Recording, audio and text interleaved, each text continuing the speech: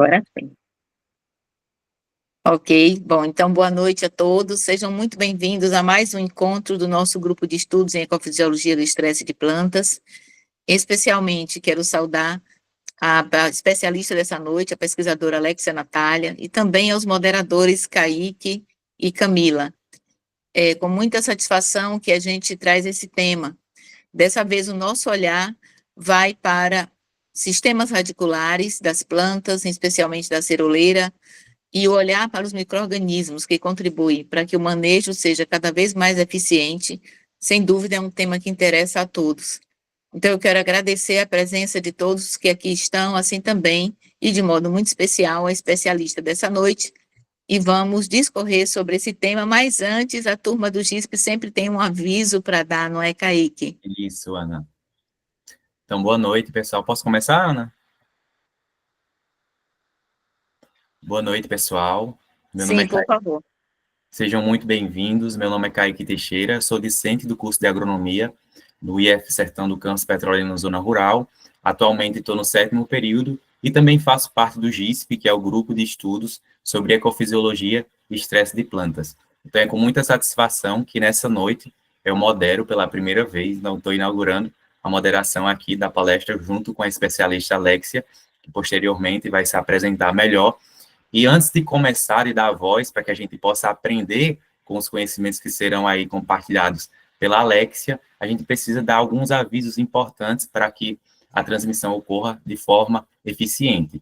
Então, sobre a gravação, essa palestra está sendo gravada e, posteriormente, ela será publicada no canal do YouTube do GISP. Então, quem não pôde participar nesse momento vai poder ter acesso. E caso você queira revisar, queira rever a aula, vai estar lá no nosso canal.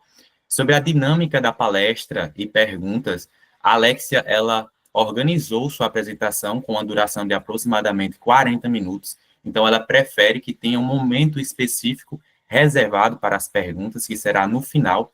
Então, eu peço que, se você tiver alguma pergunta, você deixe para o final para a gente fazer, ou então você pode colocar essa pergunta aqui no chat, e quando a gente chegar no momento de fazer as perguntas, eu posso destinar essas perguntas para que a Alexia possa sanar as dúvidas que vocês têm. Peço que, por gentileza, durante a apresentação, os microfones e a câmera estejam desligados para não dar interferência aí na apresentação da Alexia. E aproveito a ocasião para dizer que a gente tem uma biblioteca virtual do GISP. Lá tem alguns materiais, tem alguns documentos relacionados aos temas que a gente discute no GISP Estudos. Então, a gente já colocou o link aqui no chat, a gente pode colocar novamente para quem não estava, e acessando essa biblioteca, vocês vão ter acesso aos conteúdos relacionados à temática que foi discutida hoje e que foi discutida em outros momentos do GISP Estudos. Então, finalmente, eu passo a apresentação para a palestrante da noite, que vai discorrer sobre a temática fungos micorrízicos arbusculares associados à ceroleira no polo de fruticultura do semiárido pernambucano. Alexia, seja muito bem-vinda. Obrigada. Pessoal, boa noite. Eu me chamo Alexia Natália, sou bióloga, licenciada pela Universidade de Pernambuco, campus Petrolina, e atualmente doutoranda pelo Programa de Pós-Graduação em Ciência e Tecnologia Ambiental. E hoje eu vim conversar um pouco com vocês sobre a nossa pesquisa de mestrado, que teve sobre a orientação a doutora Regina Lúcia Félix de Aguiar Lima, e é intitulada por Fungos micorrízicos arbusculares associados às ceroleiras de um polo de fruticultura do semiárido pernambucano. A produção de acerola, assim que ela foi iniciada, ela acabou passando por alguns percalços, onde que em 1994 para 1995, a área de cultivo da acerola era em torno de 300 hectares, e esses produtores, eles viram que a acerola era um cultivo que tinha propiciedade de obter lucros altos e a curto prazo, devido à grande demanda do mercado externo e interno, e isso fez com que essa área cultivada aumentasse para 1.100 hectares. Porém, esses produtores não tiveram um planejamento em relação a esse aumento de produção, e essa falta de estrutura em relação ao processamento dos frutos e ao transporte desses frutos fez com que esses produtores tivessem perdas consideráveis logo no ano seguinte, e essa área de cultivo acabou diminuindo para 604 hectares, e só em 1997 foi que esses produtores, eles começaram a se capacitarem mais e ter um melhor planejamento em relação ao escoamento de produção, e assim foi iniciado um novo ciclo de expansão. Então, a produção de acerola no Brasil, em 2017, chegou a 60 mil toneladas, em uma área cultivada de 6 mil hectares, chegando em torno de mais de 90 milhões de reais de lucro, produção de frutos. E em Pernambuco, a produção de acerola chegou em cerca de 21.351 toneladas também em 2017, o que representa cerca de 35% da produção brasileira de frutos em uma área cultivada de 1.500 hectares. Já em Petrolina, a produção de acerola ocupa cerca de 855 hectares e só dos produtores de Aniagro representa cerca de 600 hectares. Então, a Aniagro, ela é uma empresa pertencente ao grupo Nicherei Corporation, que é uma multifuncional japonesa, e a Aniagro, ela se estabeleceu aqui em Petrolina em 1992, após ver que a nossa região tinha boas condições climáticas e características favoráveis de solo, e ao se estabelecer na nossa cidade, ela firmou parceria com diversos produtores locais, hoje somando mais de 300 produtores parceiros, e a Aniagro, ela produz mudas de acerola e disponibiliza para esses produtores parceiros, garantindo 100% da compra desses frutos, a fim de implementar e ampliar esses pomares e, consequentemente, cultivar a acerola em grande escala. E, além disso, a Aniagro, ela também faz o processamento desses frutos e hoje tem como foco a extração do ácido ascórbico, ou seja, da vitamina C da acerola. Então, a aceroleira, ela é pertencente ao gênero Malpighia e à família Malpighiaceae. Essa família, ela possui 75 gêneros e cerca de 1.300 espécies. É uma planta rica em antioxidantes e rica em ácido ascórbico, que é a vitamina C, e também é altamente adaptada ao semiárido, então ela produz abundantemente em áreas com temperaturas mais elevadas, e em comparação aos outros frutos, a acerola é a fruta que mais possui vitamina C. Dentre as cultivares predominantes aqui no Vale do São Francisco, que são a junco, a flor branca, a Okinawa e a Costa Rica e a BRS sertaneja, as cultivares que a Aniagro trabalha hoje em dia são a junco e a flor branca. A junco, ela foi desenvolvida pela própria Aniagro. Ela possui frutos maiores e com mais vitamina C, ou seja, comparada com todas as outras cultivares, a junco é a acerola que tem mais vitamina C, e além disso, tem uma maior conservação para a colheita e uma produção maior na safra. Já a flor branca, ela foi originada no Pará, possui frutos menores, com menor teor de vitamina C, tem curta conservação pós-colheita e sua produção é uniforme durante o ano todo. Então, a grande maioria dos produtores parceiros da Aniagro, elas têm a cultivar junco em seus pomares.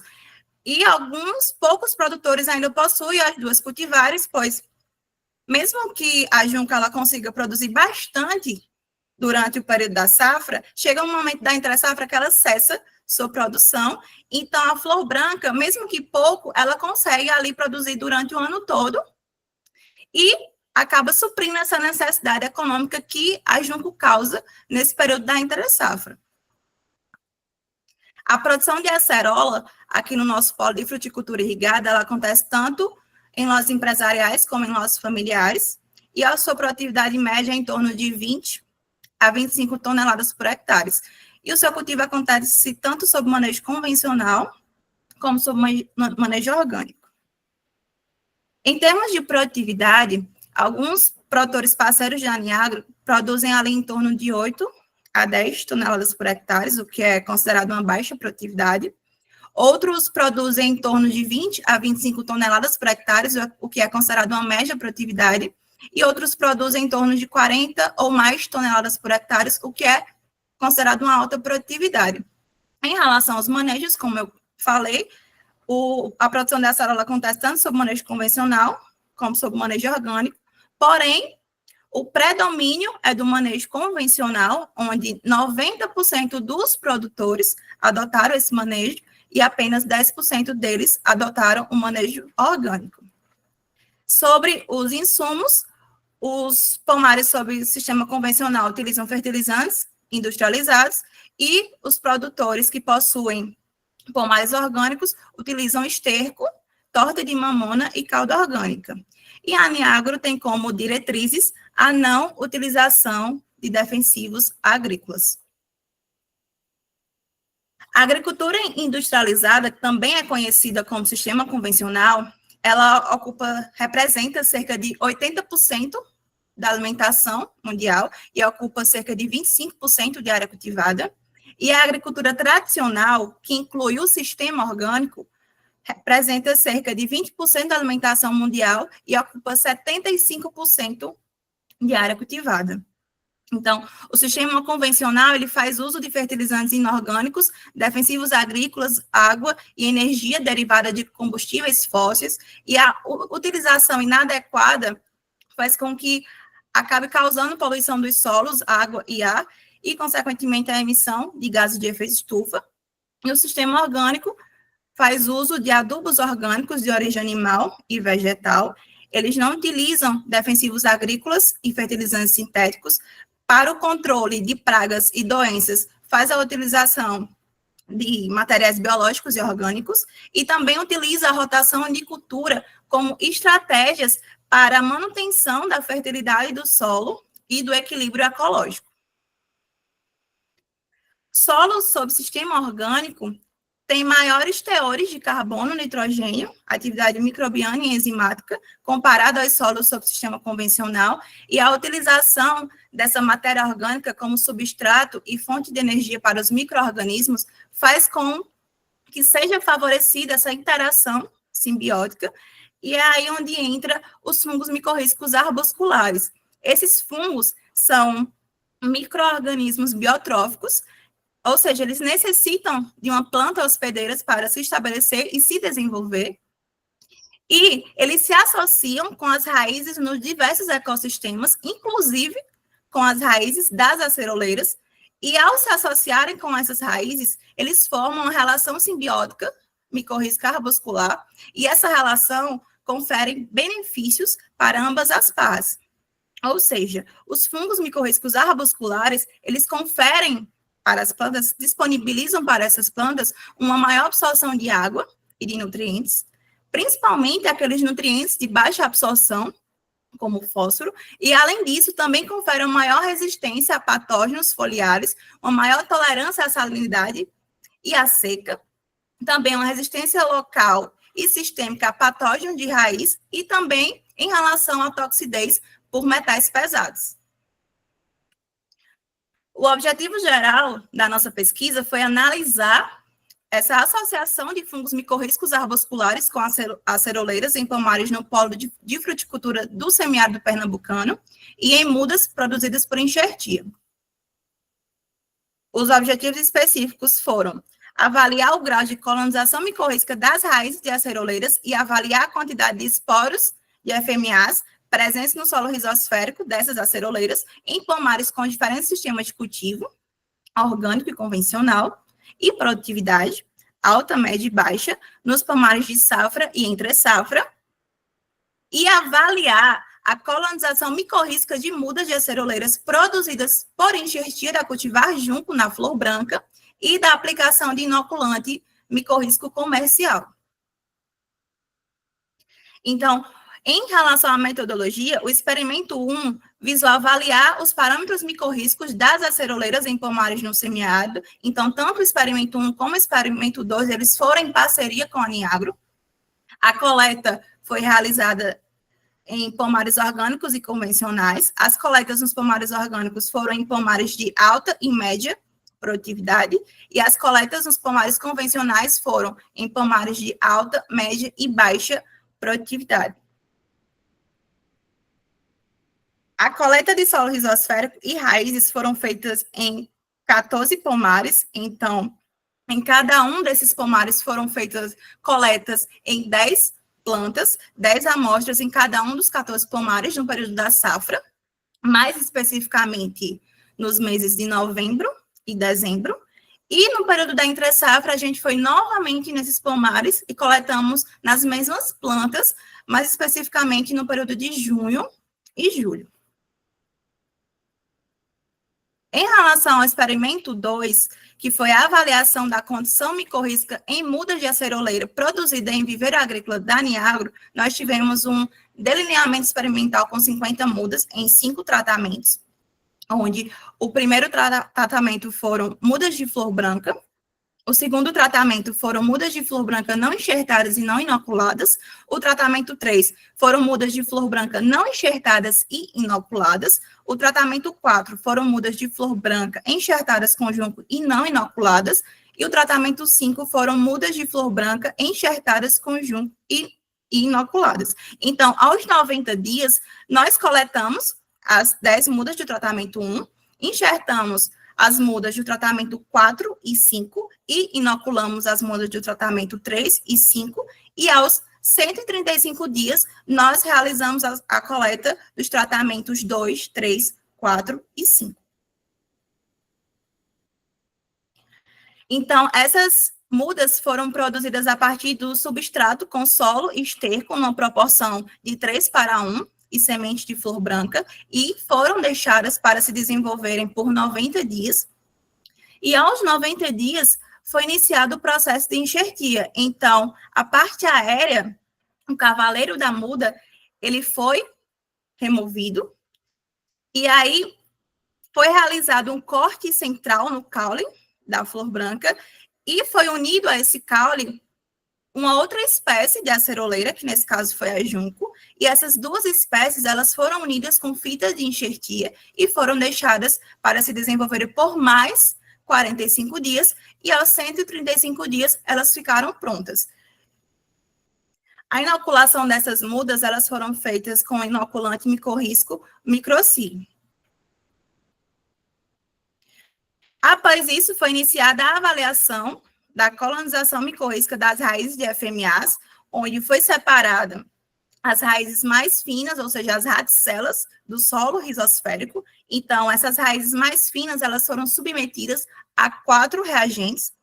Inicialmente, elas foram submetidas ao hidróxido de potássio para serem despigmentadas por 24 horas. Após as 24 horas, elas foram submetidas no peróxido de hidrogênio para serem clareadas.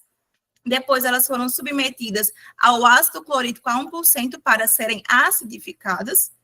E, por fim, elas foram coradas, no azul de tripã por 24 horas. Finalizado esse processo de submissão das raízes aos reagentes, foram montadas 5 lâminas de cada amostra, cada uma dessas lâminas com 10 segmentos de raízes, e essas lâminas foram levadas ao microscópio para serem analisadas quanto ao grau de colonização micorrízica arbuscular. A avaliação da quantidade de esporos de fungos micorrízicos arbusculares no solo se deu a partir da preparação e hidratação de 50 gramas de solo, ou seja, nós separamos 50 gramas de solo de cada amostra e colocamos em água com mais 10 ml de hexametafosfato. Esse hexametafosfato ajuda na dispersão desses poros. Então, após 15 minutos de hidratação, nós levamos essa amostra para 2 peneiras. Então, a gente despejou essa amostra em uma peneira de malha mais grossa e uma peneira de malha mais fina. Depois, colocamos mais água no beck, misturamos mais uma vez e despejamos novamente nas peneiras. E esse processamento de peneiramento úmido foi realizado por 5 vezes consecutivas. Finalizado o processo de peneiramento úmido, essa amostra foi levada para a centrifugação, onde ela foi centrifugada por 3 minutos, a 3.000 RPM. Finalizada a centrifugação, o sobrenadante ele foi descartado e foi adicionada a solução de sacarose. Após a adição de sacarose, essa amostra foi levada mais uma vez para a centrífuga, para ser centrifugada a 3.000 RPM por 3 minutos novamente. Finalizada a centrifugação, essa solução ela foi despejada na peneira de malha mais fina, lavada abundantemente, para poder retirar toda a solução de sacarose, e esses esporos foram colocados em lupas canaletadas, em placas canaletadas para serem quantificadas em lupa. Após isso, nós separamos 200 gramas de cada amostra e levamos para avaliação quanto aos atributos químicos do solo. Em relação à análise estatística, os dados tabulados de colonização micorrízica total, vesicular, arbuscular e FAO e número de esporos referentes ao período, sistema e produtividade foram submetidos à análise de variância e suas médias foram comparadas no teste de Tukey, e os dados de colonização micorrízica dos 14 pomares em relação aos períodos de safra e entre safra foram submetidos ao teste de T-pareado. Em relação aos resultados do experimento 1, que visou avaliar a condição micorrízica arbuscular de pomares de aceroleiras em Petrolina, nós obtivemos médias altas de colonização micorrízica total, variando entre 60% e 75%, o que também foi verificado no estudo de Prado, onde ela trouxe em seus resultados que em agricultura com cultivo de acerola, a colonização micorrízica teve médias superiores a 80%, e em relação ao período, nós podemos perceber que a safra teve menor colonização total do que o período da entre-safra. Então, a entre-safra teve um maior incremento de colonização total nesse cenário, o que divergiu dos dados de Peng e colaboradores, onde eles trouxeram em seus resultados que maiores taxas de colonização micorrízica total foram verificadas num período de temperaturas elevadas em cultura de laranjeiras enxertadas. Em relação aos sistemas, no período da safra, o sistema orgânico ele teve uma maior proporção de colonização micorrízica total, e na entre-safra, o sistema convencional teve maiores médias de colonização total. Em estudos com videiras, Freitas verificou que o sistema orgânico apresentou maior colonização no período de colheita em videiras, o que corroborou com os nossos resultados, porém, Ávila e colaboradores não encontraram diferenças significativas entre os sistemas em regiões subtropicais também em estudos com videiras. Sobre a produtividade, tanto na safra como na entre-safra, os pomares convencionais de média produtividade tiveram maiores taxas de colonização total quando comparados com os pomares de alta produtividade do mesmo sistema. Então, possivelmente, isso pode ter acontecido devido ao fato de que os pomares com alta produtividade recebem uma quantidade adequada de fertilizante e possuem boas condições edáficas, e isso fez com que a simbiose não fosse tão requisitada. Por outro lado, os pomares de média produtividade possivelmente não tenham recebido tanta disponibilidade assim nesses fertilizantes, e isso fez com que a associação micorrízica ela fosse mais benéfica, fosse mais necessitada. Então, Deng e colaboradores, eles nos trouxeram em seus resultados que quanto mais era verificado o aumento do teor de fósforo, menos era observada a colonização micorrízica em culturas de trigo e milho. Em relação à colonização e FAO, não foram encontradas diferenças significativas nem em relação aos sistemas, nem em relação aos períodos, e também não foram encontradas diferenças significativas em relação à produtividade. Em relação à colonização vesicular, nós tivemos médias baixas, onde elas variaram de 1% a 10%, e em relação aos períodos, o período da safra também teve uma menor proporção de vesículas, quando comparado com o período da entre-safra. Prado verificou em seu estudo que também houve médias baixas, de colonização vesicular em pomar de aceroleira. Ela verificou que houve mais ou menos 4% de proporção de vesículas no estudo dela. E Peng e colaboradores trouxeram em seus resultados que a colonização vesicular de laranjeiras enxertadas foi maior no período de inverno. Então, os dois estudos corroboraram com os nossos resultados.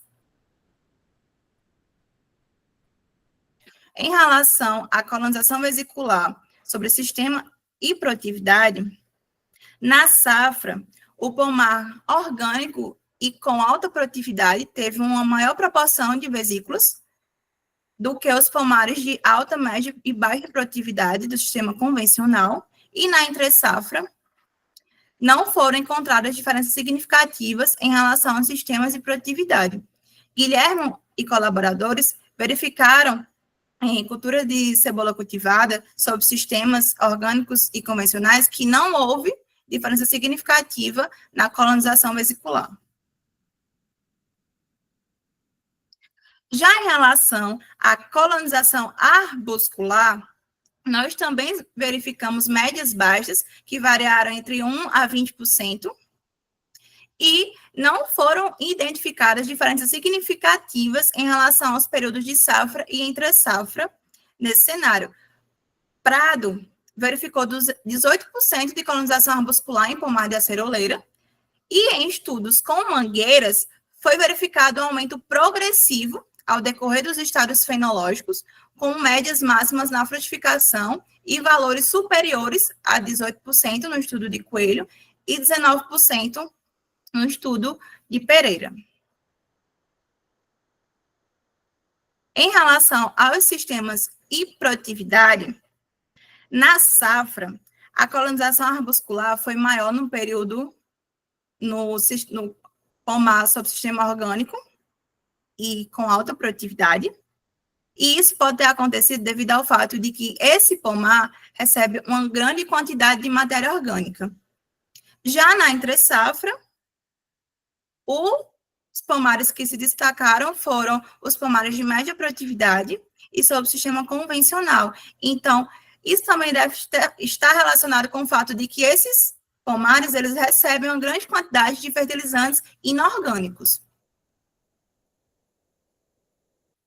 Como a gente fez a coleta nas mesmas plantas, tanto no período da safra como no período da entre-safra, nós resolvemos submeter os dados de colonização no teste de T-pareado para ver se haveria diferença significativa em relação a cada um dos períodos sobre cada um dos pomares de forma específica. Então, em relação à colonização micorrízica total, a gente verificou que os pomares orgânicos não apresentaram diferença significativa e apenas 6 pomares apresentaram diferenças significativas, todos eles com maior incremento de colonização total na entre-safra, ou seja, a entre-safra teve maior proporção de colonização total, e todos esses pomares sob sistema convencional, sendo eles os pomares 4, 5 e 6, pomares com alta produtividade, os pomares 7 e 9, pomares com média produtividade, e o pomar 14 com baixa produtividade. Em relação à colonização IFAO, apenas 2 pomares apresentaram diferenças estatísticas, os 2 sendo pomares sob sistema convencional e de alta produtividade, e também com incremento maior no período da entre-safra. A colonização vesicular, ela apresentou 2 cenários diferentes, onde o pomar 2, ele teve uma maior proporção de vesículas na safra, sendo um pomar orgânico e de média produtividade, e os outros 5 pomares foram os pomares convencionais e apresentaram maiores incrementos de vesículas no período da entre-safra. Então, os pomares 5 e 6 foram pomares com alta produtividade, o pomar 9 e 10, pomares com média produtividade, e o pomar 11, um pomar com baixa produtividade. Já em relação a colonização arbuscular, nós também verificamos 2 cenários diferentes, onde o pomar 1, ele apresentou maior proporção de arbúsculos no período da safra, sendo um pomar orgânico e com alta produtividade, e os outros 4 pomares apresentaram maior incremento de arbúsculos no período da entre-safra. O pomar 2 sendo um pomar orgânico e com média produtividade, o pomar 5, um pomar convencional com alta produtividade, o pomar 7 e 9 pomares também convencionais e com médias produtividades. E não encontramos padrões que explicassem a variabilidade das diferenças da colonização micorrízica entre os pomares, dentre os fatores avaliados relacionados aos traços culturais aplicados, atributos ou tipos de solo, ou ainda em relação a outros aspectos ambientais. Já em relação aos resultados do número de esporos de FMAs, nós obtivemos que tanto na safra como na entre-safra, o pomar orgânico e de alta produtividade, ele teve uma maior quantidade de número de esporos de FMAs, e isso pode estar relacionado ao fato de que nesse pomar há uma grande adição de adubos orgânicos, como, por exemplo, a torta de mamona e a calda orgânica, e isso faz com que haja o acúmulo dessa matéria orgânica e o teor desse carbono nos solos, favorecendo, assim, a atividade microbiana e, consequentemente, os fungos micorrízicos arbusculares. E, além disso, também há uma grande disponibilidade de macronutrientes como o nitrogênio, o fósforo e o potássio.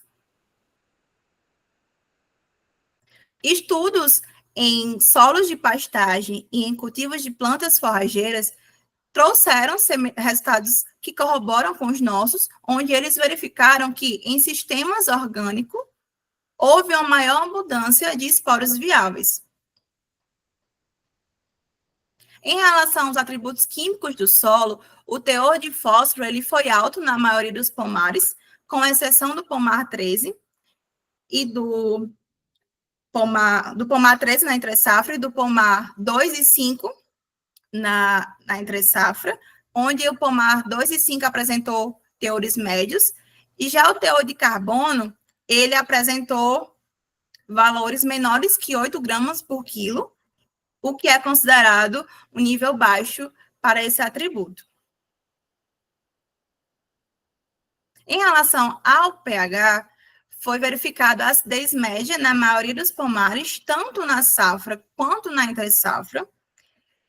Olhando especificamente para o período da safra, houve a presença de pH levemente alcalino nos pomares 1, 9 e 10, onde o pomar 1 é um pomar de produtividade alta, sistema orgânico, e os pomares 9 e 10, pomares com produtividade média e sistema convencional, e o pomar 2 apresentou um pH neutro, e é um pomar com produtividade baixa e sistema convencional. Já o pomar 1, ele apresentou-se levemente alcalino também na safra, na entre-safra. Então, alguns estudos, eles dizem que a aceroleira é uma cultura que apresenta uma boa produção em solos com faixa de pH variando ali entre 5,5 e 6,5. Porém, nossos resultados verificaram que os pomares com alta produção apresentou um pH variando entre 6,1 a 7,5. Então, esses resultados, eles podem vir a servir de base para que possa haver ampliação da faixa de pH apropriada para a cultura da aceroleira. Em relação à correlação do teor de carbono com o número de esporos de FMAs, nós verificamos que os teores de carbono estiveram associados com a quantidade de esporos no solo da cultura da acerola, e esse resultado ele entrou em conformidade com o estudo de Lima, Salcedo e Fraga, onde eles observaram em seus resultados que quanto maior era a adição de teores de carbono, mais eram verificado a presença de esporos viáveis e também maior era a intensidade da colonização micorrízica. Já o teor de fósforo é uma variável que está mais associada à colonização, pois um dos maiores benefícios dos FMAs é a absorção do fósforo do solo. Então, esse benefício ele é mais necessário em solos pobres em fósforo, mas a gente não verificou correlação dos teores de fósforo e cultura de acerola, indicando que essas variáveis não apresentaram associação. Pereira verificou no estudo dela que houve correlação negativa moderada entre a colonização micorrízica e o teor de fósforo na cultura de mangueira, o que indicou que maiores teores de fósforo estão associados com menores médias de colonização. Em relação aos resultados do experimento 2, sobre o efeito da enxertia na colonização micorrízica em mudas de aceroleiras, nós tivemos, em relação à colonização micorrízica total, que a média de colonização total das mudas não enxertadas há 90 dias foram de 46%, já a média de colonização das mudas de flor brancas não enxertadas aos 135 dias aumentaram para 77%, e essas mudas, quando foram enxertadas, tiveram média semelhante às mudas não enxertadas aos 90 dias, com média em torno de 43%. Então, Martins verificou em mudas de videiras produzidas por enxertia uma colonização micorrízica total igual a 66%. Jacote e colaboradores verificaram em seus resultados uma colonização variando entre 5% e 77% em mudas de aceroleiras produzidas por estarquia. Então, ainda sobre esses resultados, a gente pode ver que houve uma influência do tempo na colonização. Então, a gente percebe que, ao decorrer do tempo, a colonização micorrízica total ela vai aumentando gradativamente, porém, houve a influência da enxertia nessa colonização, uma vez que o processo da enxertia, onde houve a substituição da parte aérea, fez com que essa remoção do cavaleiro da flor branca, ela levasse as folhas, e isso fez com que a fotossíntese fosse interrompida temporariamente, e acabou que não houve a produção dos fotossintatos, e esses fungos são dependentes do carbono para se alimentar, e isso pode ter justificado o declínio dessa colonização total, fazendo com que essas médias ficassem semelhantes. Os resultados de colonização IFAL, vesicular e arbuscular apresentaram cenários semelhantes aos resultados de colonização total.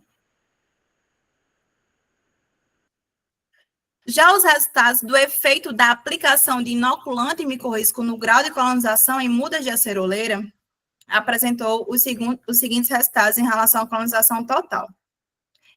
Sobre as mudas não enxertadas, nós observamos um declínio na colonização quando elas receberam o inóculo do inoculante micorrízico comercial Microci. Então, esses propágulos de FMAs, ao se estabelecerem nesse substrato, eles se depararam com os fungos nativos já estabelecidos nessas mudas desde o princípio, desde quando foi iniciada a semeadura, desde quando as mudas começaram a se desenvolver, e aí eles tentaram procurar espaço nesse substrato, nessa planta, e aí iniciaram um processo de relação de competição. Então, talvez essa relação de competição acabou causando um declínio na colonização micorrízica total. Em relação às mudas enxertadas, a gente não verificou uma diferença significativa nas mudas que receberam inoculação com Microci. Costa e colaboradores nos trouxeram em seu estudo resultados onde eles apresentaram diferentes cultivares de aceroleira tendo respostas distintas à inoculação. Então, a cultivar Miró, inoculada com Gigaspora margarita, apresentou 76,6% de colonização total. Essa mesma cultivar inoculada com glomos etunicato apresentou 50,2% de colonização total. A cultivar Barbaz, inoculada com Gigaspora margarita, apresentou 62,7% de colonização total. E essa mesma cultivar inoculada com Glomus etunicato apresentou 5,1% de colonização micorrízica total. Já a Chu trouxe em seu estudo que houve uma variação na colonização em relação a diferentes espécies de FMAs inoculadas em mudas de aceroleira. Então, mudas de aceroleiras inoculadas com Gigaspora margarita apresentou 75% de colonização total. Mudas de aceroleiras inoculadas com Glomus monirros apresentou 60%, e essas mudas inoculadas com a Calospora longula apresentou 47% de colonização total. Os resultados de colonização IFAL e vesicular apresentou cenário semelhante aos resultados de colonização total, porém, os resultados de colonização arbuscular apresentou um cenário diferente, onde tanto as mudas não enxertadas como as mudas enxertadas tiveram maior incremento de arbúsculos apenas nas mudas que não receberam inoculação com microci. Então, quando essas mudas foram inoculadas, houve um declínio na colonização arbuscular, mas ainda assim a gente verificou que as médias de colonização arbuscular, no geral, foi considerada baixa. Então, como conclusões, nós temos que a associação entre FMAs nativos e as raízes das aceroleiras em pomares do semiárido foi influenciada pelo período do ano, com maior colonização total, formação de arbúsculos e de vesículas e produção de esporos no período da entre-safra. Que a proporção de arbúsculos nas raízes de aceroleiras no período de safra esteve associada a pomares sob sistema orgânico com produtividade alta. Que a maior proporção de vesículas e de arbúsculos no período da entre-safra também esteve associada a pomares sob sistema orgânico com produtividade alta. Que a quantidade de esporos de FMAs produzidas no solo dos pomares apresentou relação positiva com o teor de carbono no solo. Que o processo de produção de enxertia de mudas de aceroleira afeta negativamente a simbiose micorrízica em termos de colonização total, formação de vesículas e arbúsculos, e que a inoculação com microci nas mudas de aceroleira já associadas a FMAs nativos não contribuiu para aumentar o grau de colonização total das plantas e a proporção de vesículas e arbúsculos. Assim, eu finalizo a minha apresentação agradecendo o convite e também me deixando aberta para os questionamentos e as contribuições de vocês. Muito obrigada. Parabéns, Alexia. A gente vai estender os agradecimentos posteriormente, mas vamos no momento das perguntas agora. Então, pessoal, relembrando, tem duas formas de vocês fazerem as perguntas. Ou colocam aqui no chat e eu posso direcionar a pergunta para a palestrante, Alexia, ou vocês clicam nesse ícone da mãozinha, e aí aqui vai ser notificado e a gente passa a voz para você fazer sua pergunta ligando o microfone.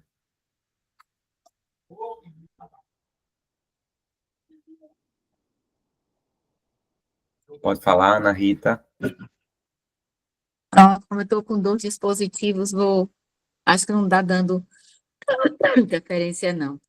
Bom, primeiro, parabéns, realmente um estudo que deve consolidar ainda mais o interesse por micro-organismos no cultivo da aceroleira, mas também em outras plantas. Como o trabalho foi feito em muda, Alexa, eu queria que você fizesse uma análise em relação à perspectiva de permanência ou manutenção ou replicação desses resultados em pomares já estabelecidos, porque eu vi aí que dos trabalhos que você usou para discutir os resultados obtidos na sua pesquisa, muita coisa já são com pomares estabelecidos. Então, assim, como é que você vê hoje a perspectiva de incrementar ou melhorar o manejo das aceroleiras adultas, usando essa tecnologia. Como dizem os agricultores, micro-organismo é um caminho sem volta, né? Então, esse dado final aí que mostra que aqueles pomares que tiveram mais produtivos foram os que tinham também maior aporte de matéria orgânica. E aí a gente se depara com aquela situação de sempre. Matéria orgânica ainda é um insumo caro, uma logística difícil, e a gente tem aí outras formas de melhorar os níveis de matéria orgânica no solo.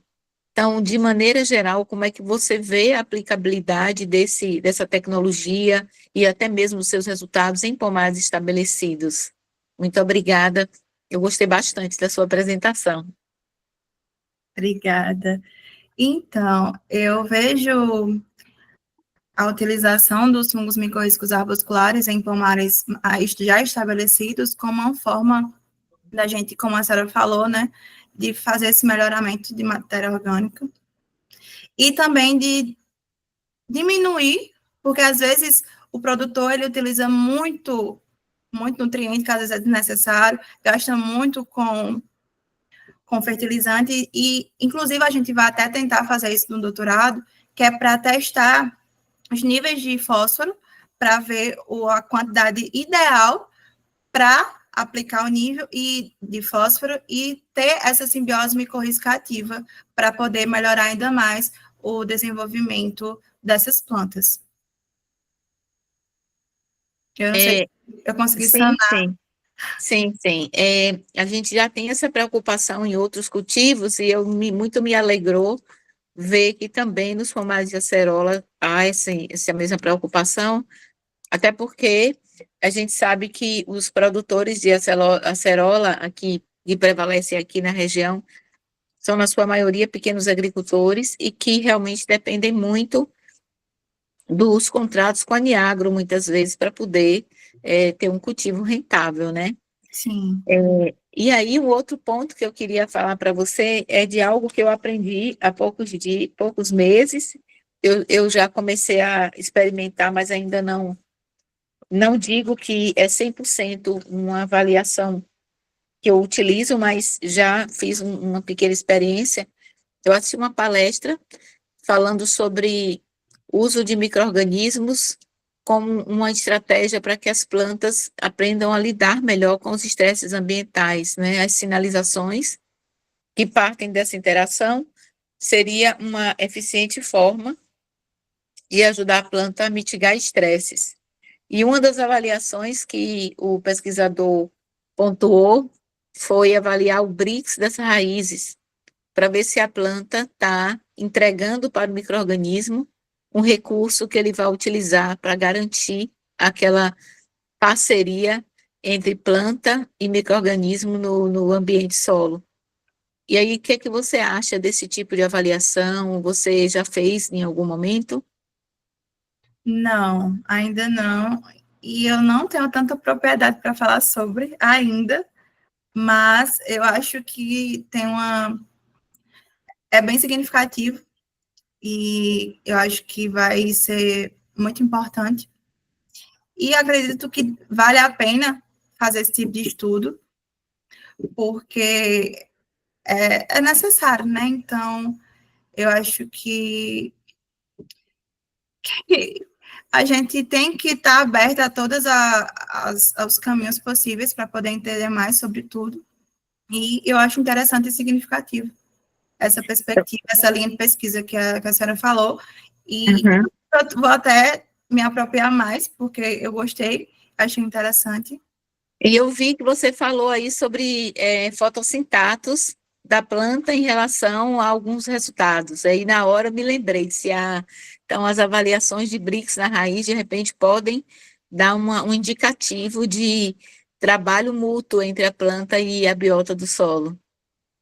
Sim, Legal, muito legal. Obrigada. por nada. Então, pessoal, mais alguém tem alguma pergunta?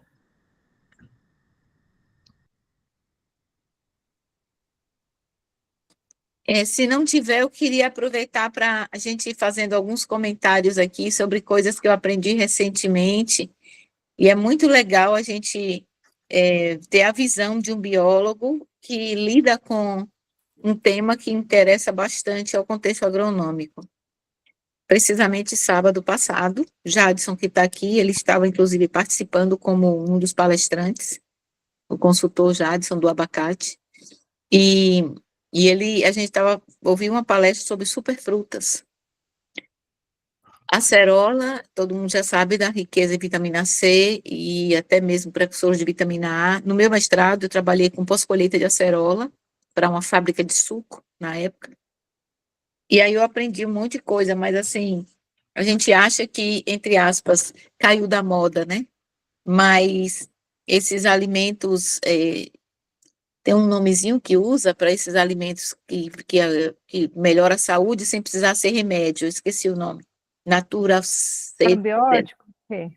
E, professora Regina, eu esqueci o nome, é alguma coisa assim, tem um termozinho que a indústria farmacêutica usa para classificar esses alimentos. Eu não estou lembrada, mas eu vou ver se eu lembro. Então, a acerola é enquadrada como superfruta e voltando a enaltecer tanto o poder dela de servir como matéria-prima para a elaboração de produtos muito nobres para a saúde, mas também a indústria de cosméticos, que continua só crescendo, né? Mas eu ainda não consegui entender, nutracêuticos, isso, professora Regina, é isso mesmo. Eu ainda não entendi se o agricultor já entende a importância do cultivo que ele faz. Então, assim, você tirar uma matéria-prima nobre daqui, manda para outro lugar, outro país, por exemplo, aí depois você compra o produto processado que vem de outros países. Então, assim, será que o produtor, vendo que há tantas pesquisas interessantes para melhorar a agricultura dele, vendo que há uma preocupação em melhorar a condição do solo para que ele gaste menos no manejo com fertilizantes, melhore a qualidade do produto final. Então, assim, tem um link de coisas aí acontecendo no sentido de melhorar o cultivo da acerola, aumentar a produtividade, reduzir custo de produção, lógico, mas também mantê-la num patamar de importância não só como fruta para consumo in natura, ou sucos, ou geleias, coisas assim corriqueiras, mas principalmente dar atenção aos produtos mais nobres. Eu tenho a impressão de que o produtor de acerola, ele acha que ele sempre vai estar nas mãos ou melhor, praticando uma agricultura com a rentabilidade baixa. Então, será que não está na hora da gente começar a ajudar o produtor a ter um entendimento diferente do que está acontecendo? Aí eu puxo a discussão aqui com os senhores.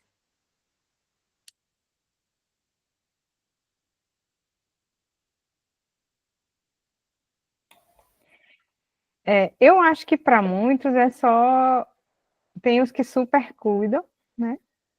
Esses orgânicos, eles cuidam assim com um zelo, né, grande, e tem alguns que mal irrigam, né? É só uma fonte de dinheiro, assim. Então, essa questão dos aspectos da sustentabilidade ambiental, né, não chegou no coração das pessoas, de muitos, né? É só uma fonte de renda mesmo. O Marcones, ele estava aqui, eu acho que caiu a chamada dele, não sei. Ele é um agricultor de acerola, foi meu aluno também, é produtor lá no Projeto M4, associado, produz também para Niagro, mas ele já começa a despertar para uma outra perspectiva, sabe, de ajudar na parte do associativismo mesmo, professora Regina, de reunir os agricultores para terem um nível de organização melhor. E eu, Ana Rita, não consigo desvincular a necessidade de organização social rural, Kaique e Camila, da eficiência produtiva. Quanto mais organizado ele for, melhor ele vai produzir e seguramente com um custo menor, né?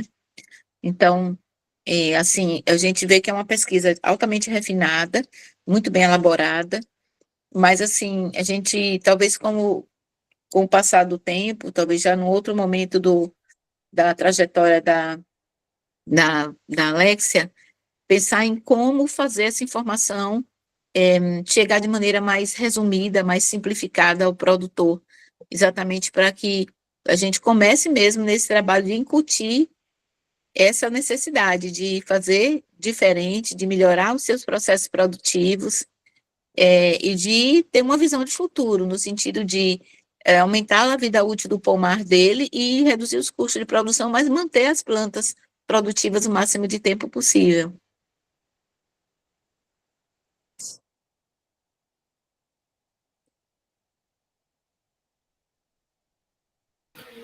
A Regina colocou no chat que um próximo passo é pensar nessa questão da eficiência da produtividade, ver metodologias para isso. Legal.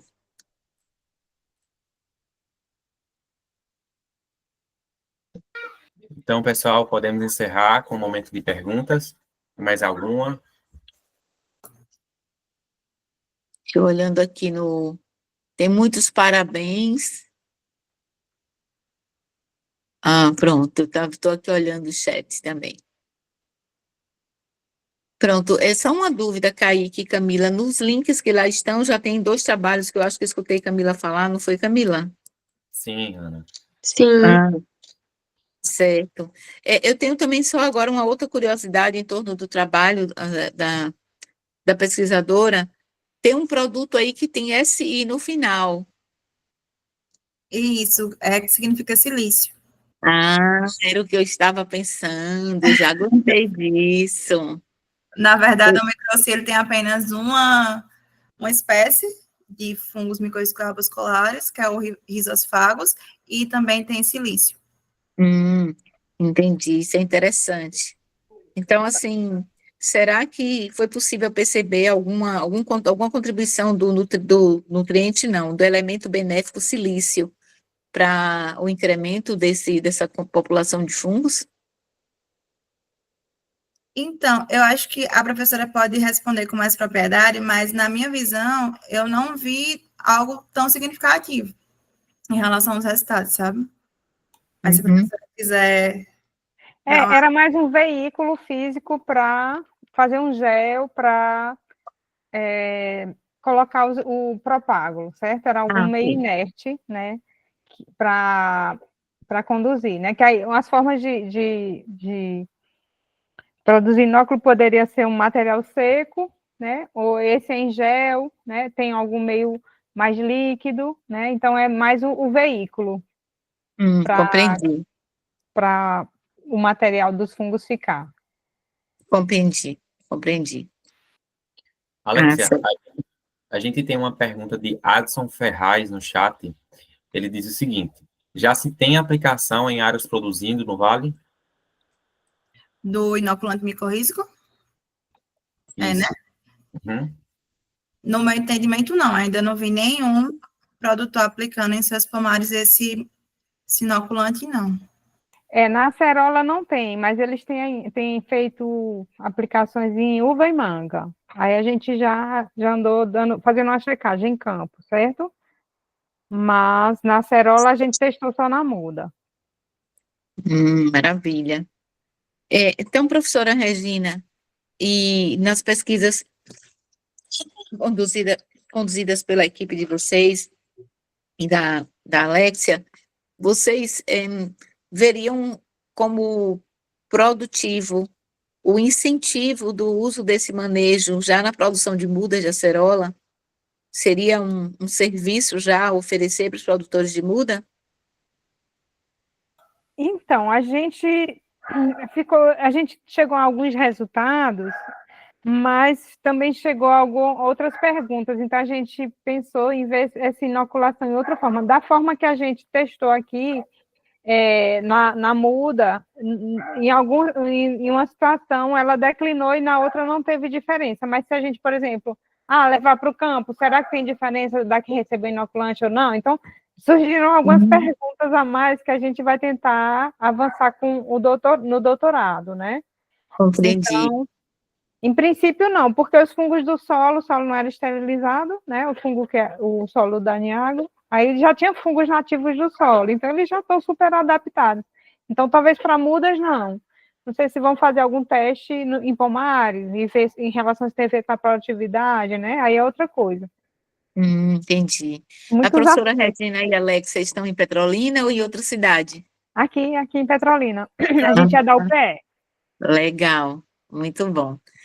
Eu tive a impressão de que a professora Regina fosse de outra unidade da UPE, por isso que eu estava nessa dúvida, mas bom Sou de outra saber. unidade do país.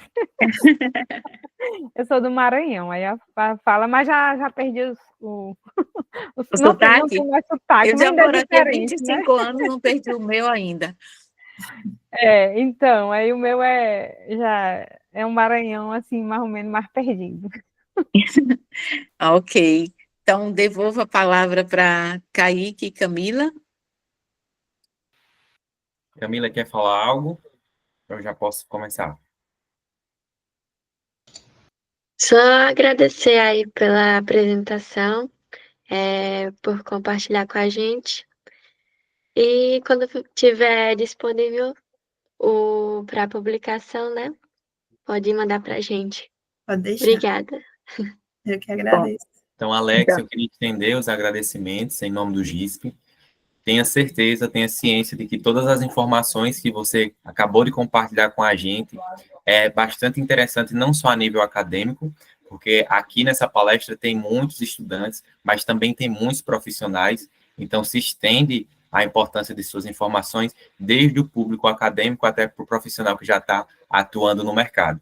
Então, foram informações valiosas. A gente queria agradecer a Alex, a professora Regina, e a todos que estão aqui presentes, e reforço de que essa palestra ela vai estar disponível no YouTube, e a gente também tem a biblioteca virtual, para se caso vocês queiram aprofundar o conhecimento sobre fungos micorrízicos, todas as temáticas associadas ao tema que foi abordado hoje, a gente acabou de colocar os materiais na nossa biblioteca virtual. Mais uma vez, muito obrigado a todos que estão aqui presentes. eu aproveito a fala de Kaique, né? Eu reforço, e dizendo que estamos à disposição, professora Regina, para trocar alguma ideia, para aprender mais com vocês em relação à parte dos micro-organismos. O GISP, né, a gente não tem atuação na cerola, nossa atuação tem sido basicamente na uva, um pouco na manga, no tomate e no melão, mas mais fortemente na uva, e naquilo que pudermos colaborar e aprender, claro, né? Estamos à disposição. Eu gostaria muito de conhecê-las. Pronto, Ana Rita, também a satisfação. Hoje eu que iria dar a palestra, só que eu fui meio que convocada para dar um curso, aí eu acabei de sair do curso, eu fiquei um pouquinho nos dois lugares, né? Aí eu pedi a Alexa, disse, Alexa, apresente seu trabalho de mestrado, que está muito bacana, né? Então ela fez essa gentileza e é uma experiência interessante, não fica guardado. E você também pode depois botar como algum tipo de publicação sua no Lattes, viu, Alexa? Sim, a gente emite, inclusive, uma declaração, e tudo e todos os posts do Instagram também, acho que podem servir também para reforçar o Lattes. Pronto, aí eu me combinei com Camila que mais para frente eu venho para falar de micorriza de um modo geral, né? Na agricultura a gente tem alguns Legal. trabalhos também, manga, melão e uva, com micorriza. A Legal. gente tem mestrado e em andamento, tá certo? Alguns já concluídos e alguns em andamento e doutorado para começar. Aí eu trago, quando eu vier, eu falo de um modo geral das micorrizas na agricultura e trago alguns resultados dessas outras culturas também, tá bom? Perfeito, excelente, muito obrigada. Então, eu dou por encerrada a minha fala e mais uma vez parabenizando a Natália e agradecendo a presença de todos vocês. Muito obrigada, pessoal. Obrigado, pessoal. Até breve, então. Até breve.